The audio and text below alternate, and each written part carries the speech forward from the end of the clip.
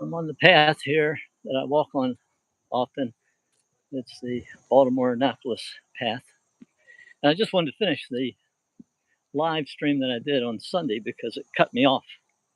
So I'm going to try and pick up right there. I think I had said that I had read the book Winning the War of Your Mind by Craig Groeschel, pastor down in Oklahoma.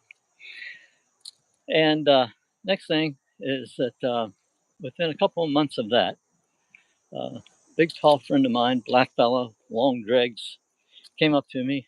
I had to kind of look up to him a little bit. He's got maybe 8 or so inches taller than me. And he said, Jack, I just experienced something really great I think that you would appreciate. And so he told me just a tad about atlasproject.org. And I said, well, give me the website and I'll go take a look. And on the website, it hardly had anything. Now it's very thorough and it gives a lot of good information, but then it didn't have much. But the point was, I was ready. So God had been working to do all of this, and so in His timing, everything was ready. So I responded, and get past this dog here so you can hear me okay. And so that within a couple months after that, I went to atlasproject.org, and it's 2 weekends, 4 or 5 days each time. And that really was a transforming time. I shared with you a few moments ago, that's where I really connected with all of that had been going on with me emotionally. So, so at that point, I was really open again to hearing God and to really desiring to know what his direction, his purpose, his will, and all that was. And again, it was kind of clear that he was working powerfully through all of this. And so there were other weekends with the Atlas group, and at the end of that period of time, is when I've shown you that cactus story from a previous time. I hope you look that up. And that was at the end of the atlasproject.org experience. But it was rather a miraculous time as far as I'm concerned, because he showed me that I still had plenty to give, however long he gives me to give. So really what began to happen at that time is I began to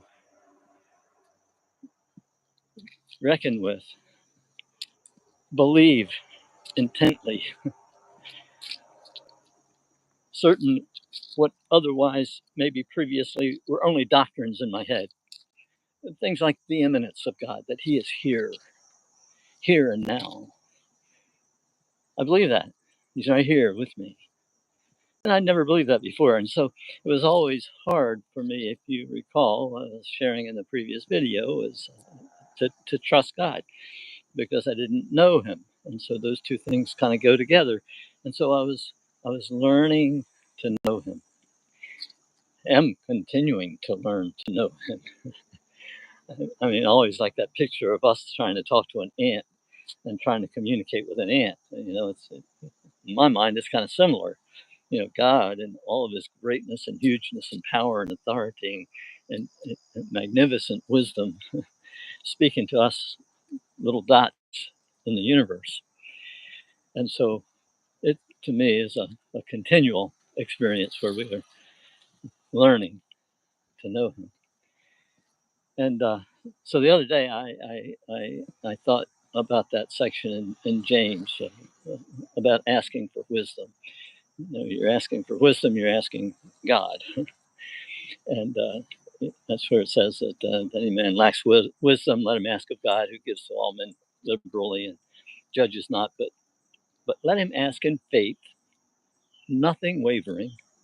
For he who wavers is like a wave of the sea, being driven by the wind and tossed. Let not that man think that he shall receive anything of the Lord. A double-minded man is unstable in all of his ways. And so when I reread that the other day, I realized that, and I had thought about it back in those old days, that I was a double-minded man. So when I read that, even when I memorized it way back when, uh, I knew that's who I was.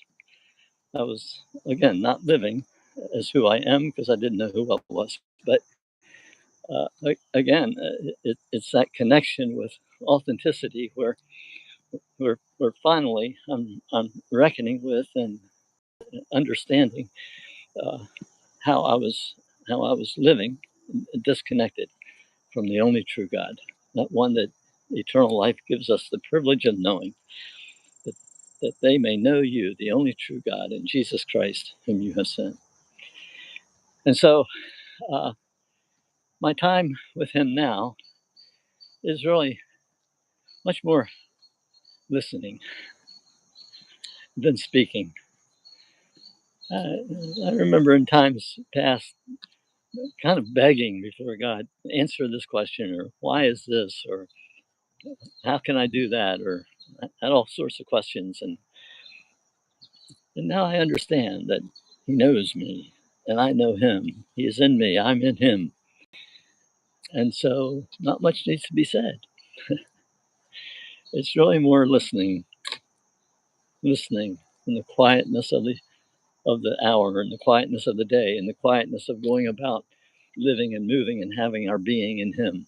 And again, that's one of the things I talk about on this channel is that it all works together. It is in Him in whom we live and move and have our being. And so for me, it has become just a wonderful time of getting to know the only true God and to be able to be in His presence. Going into the inner court, all of this is addressed in the pursuit that I've been living in the outer courts. And most of the time, I wasn't even in the outer courts, but I think we are fearful to go into the inner courts only because we don't know Him. We don't really know the only true God. And so it's just been a magnificent experience, even though I learned it late in life. Uh, God has no time. We operate in time. He's given us that so that we can operate and live and move and have our being during the time in which we are here doing what we're doing, being who we're being. But from his vantage point, it all just kind of is. We can't really comprehend that. But if we've been saved and called with a holy calling, not according to his work, our works, but according to his grace and mercy before the beginning of time, then he had everything to do with it.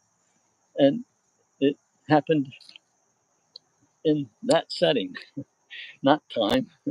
So it doesn't matter if it was then or now. And it doesn't matter that I'm older when I'm finally getting it. All that matters is that he is God and I am not. Yes, it took me a long time to learn. Hopefully, some of you younger people listening, it won't. Hopefully, you'll embrace him early, love him dearly, follow him closely, seek him with all of your heart, all of your mind, all of your soul, so that every part of you is desiring to know him, whom to know aright is life eternal. Jesus has given us that privilege of knowing the only true God and Jesus Christ, whom he has sent. So I hope this kind of clarifies the end of that video for you. And I'll be going on to a whole nother subject in the coming days uh, regarding what most of us do day in and day out, what I call on this channel the build part. That's where we spend most of our time, in the building, in the doing. And so we'll be talking about that in the days to come. Thanks for listening, and I'll see you soon. Live and move and have your being in him today.